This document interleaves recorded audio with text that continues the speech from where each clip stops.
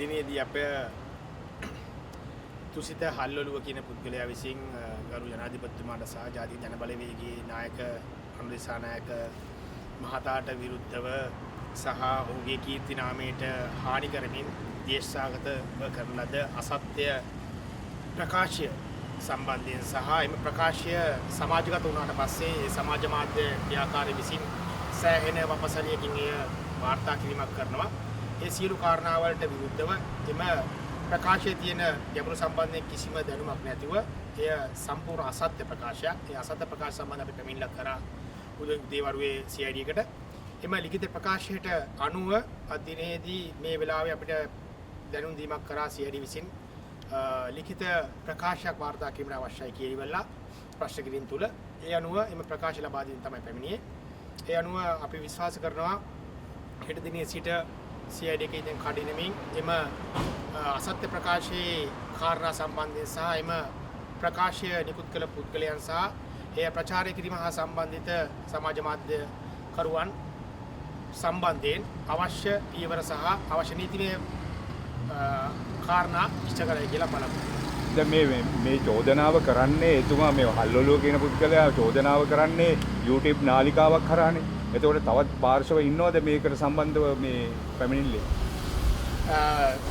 ඒ සම්බන්ධයෙන් විමර්ශනය කිරීම සඳහා තමයි අපි CID-ට බාර දීමක් කරේ. මාධ්‍ය ඉස්සරහා මොකක් හරි ප්‍රකාශයක් කරලා ඒ ප්‍රකාශය තුල රටේ ගරු ජනාධිපතිතුමාට හානියක් වෙනවා නම් ඔහුගේ කීර්තිනාමයට එම් ප්‍රකාශය දේශසාගතව සහ සම්පූර්ණ අසත්‍ය ප්‍රකාශයක් නම් ඒ ප්‍රකාශ සම්බන්ධයෙන් ප්‍රකාශ කර පුද්ගලයන්ට සහ ඒ ප්‍රකාශය ප්‍රචාරණය කරන අදාළ ආයතන මාධ්‍ය සහ සමාජ මාධ්‍ය කරුවන්ට විරුද්ධව යම් නීතිමය වපසරියකින් කටයුතු කිරීමේ හැකියාව තියෙනවා නම් අපරාධ පරීක්ෂණ දෙපාර්තමේන්තුවට ඔවුන් හෙට දිනේ සිට අදාළ විමර්ශනය තුළ ඔවුන් කරු අධිකරණයේ සහාය ඇතුව අරු අධිකරණයේ කරුණු දැක්වීමෙන් කරලා තොරතුරු වාර්තා කරලා ඔවුන් අවශ්‍ය පියවර ගනියි. දැන් අපි දැක්ක මේක බරපතල චෝදනාවක් තියෙන ජනාධිපතිවරයෙක් එරෙහිව. එතකොට මේක ඔහුව තවත් යම්කිසි කට්ටියක් මෙහෙවුවයි කියලා ඔබතුමන්ලා විශ්වාස කරනවද? වෙන්න පුළුවන්.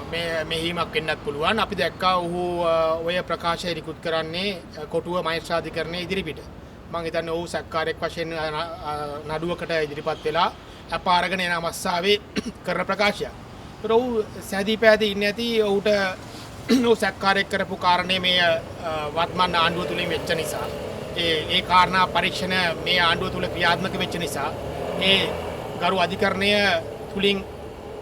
තුල ඔහුට වෙච්ච කටයුත්ත සහ හිරිහැරය සහ ඒ අධිකරණ ක්‍රියාමාර්ග සම්බන්ධව ඔහුගේ නොකමැත්ත සහ ඔහුගේ තියෙන දේශය ඔය වචනෙන් පිට කරන්නේ නැති. දැන් මාධ්‍ය ආයතන කිහිපයකට තමයි මේ වොයිස් කට් එකක් දීලා ඒ ප්‍රකාශය කරන්නේ. ඒකත් ඒ ආයතන වලට මොකක් හරි චෝදනාවක් තියෙනවද?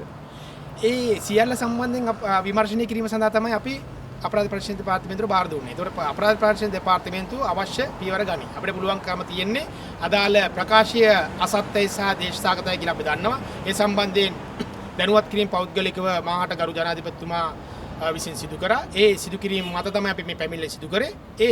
ඒ අනුව අදාළ විමර්ශනය අපරාධ පරීක්ෂණ දෙපාර්තමේන්තුව විසින් නීත්‍යානුකූලව සිදු කරයි. මැතිවරණයක් තියෙන වෙලාවක මේ වගේ බරපතල චෝදනාවක් කිරීම රජයේ අපහසුතාවයට පත් කිරීමක් නේද?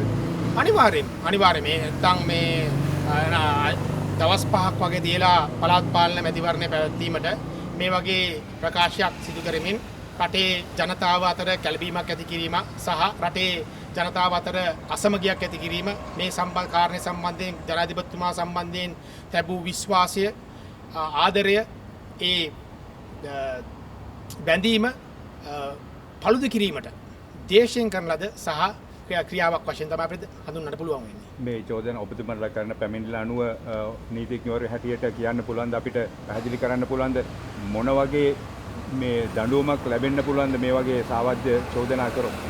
අපි මේ පැමිණිල්ල කරා විතරයි නේද? ඒ හින්දා අපි බලමු අපරාධ පරීක්ෂණ දෙපාර්තමේන්තුව සිය විමර්ශනය තුළ මොනවද ගන්න පියවර කියලා. එතකොට ඒක අපරාධ පරීක්ෂණ දෙපාර්තමේන්තුව සාධිකරණ තීරණය කරා ඒ කාරණා. හරි. ඔබතුමාගේ නම සහ තනතුර කියන්න පුළුවන්. මම නීතිඥ අකලංක උප්පත්.